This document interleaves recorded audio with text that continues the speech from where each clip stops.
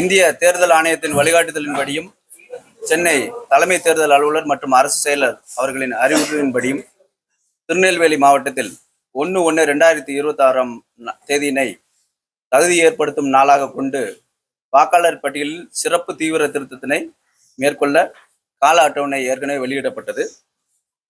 இதற்குண்டான கணக்கீட்டிற்கான காலம் 4/11/2025 முதல் 14/12/2025 வரை விண்ணப்பங்கள் வீடு வீடாக விநியோகிக்கப்பட்டு வாக்காளர்களால் அவை பூர்த்தி செய்யப்பட்டு BLO ஆப்பில் பதிவேற்றம் செய்யும் பணி முடிவுற்றது. நமது மாவட்டத்தில் 100% படிவங்களை திரும்ப பெற்று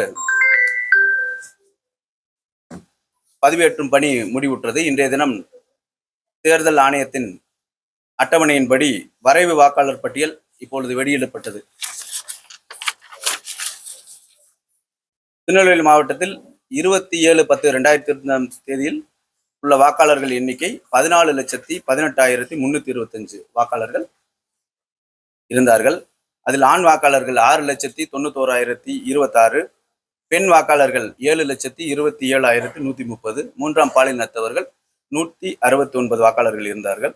இந்த வாக்காளர்களை நமது வாக்குச்சாவடி நிலை அலுவலர்கள் வீடு வீடாக சென்று கணக்கெடுத்து தற்போது வரைவு வாக்காளர் பட்டியல் வெளியிடப்பட்டுள்ளது. இதில் உள்ள absentee, shifted, dead and duplicate and double entry ASDD list என்று சொல்லக்கூடிய இந்த வாக்காளர்களை கண்டறிந்து அந்த பட்டியலை வாக்குச்சாவடி நிலை முகவர்கள் அந்த அரசியல் கட்சியை சேர்ந்த BLAஸிடம் ஷேர் செய்யப்பட்டு அந்த பட்டியலை அவர்களும் ஒரு முறை சரிபார்த்து அந்த எண்ணிக்கை இறுதி செய்யப்பட்டுள்ளது. நமது மாவட்டத்தை பொறுத்தவரை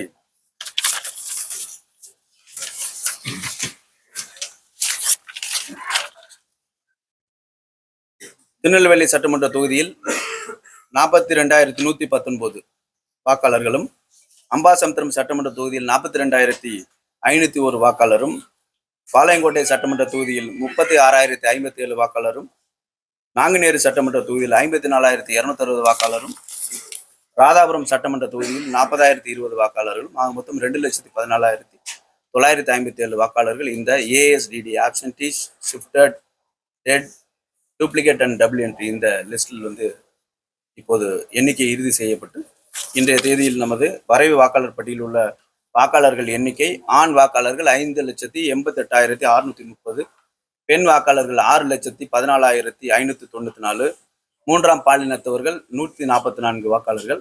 மொத்த வாக்காளர்களின் எண்ணிக்கை இன்றைய தேதியில் 1,12,03,368 வாக்காளர்கள் இன்றைய தேதியில் இருக்கிறார்கள். ஃபார்ம் 6 ஆல்ரெடி 25,000 வாக்காளர்கள்.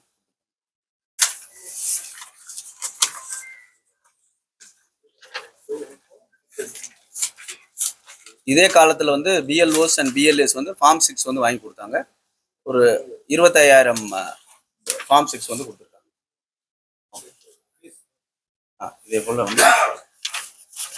இந்த ரேஷனலைசேஷன் ஆஃப் போலிங் ஸ்டேஷன் இந்த காலகட்டத்திலே 1,200 வாக்காளர்களுக்கு அதிகமாக இருக்கக்கூடிய வாக்குச்சாவடியில் அதை சீரமைத்து பக்கத்தில் இருக்கக்கூடிய ஏதாச்சும் தேவையான வாக்குச்சாவடியில் எண்ணிக்கை இன்க்ரீஸ் பண்ண சொல்லி எலெக்ஷன் கமிஷனில் சொல்லியிருந்தாங்க.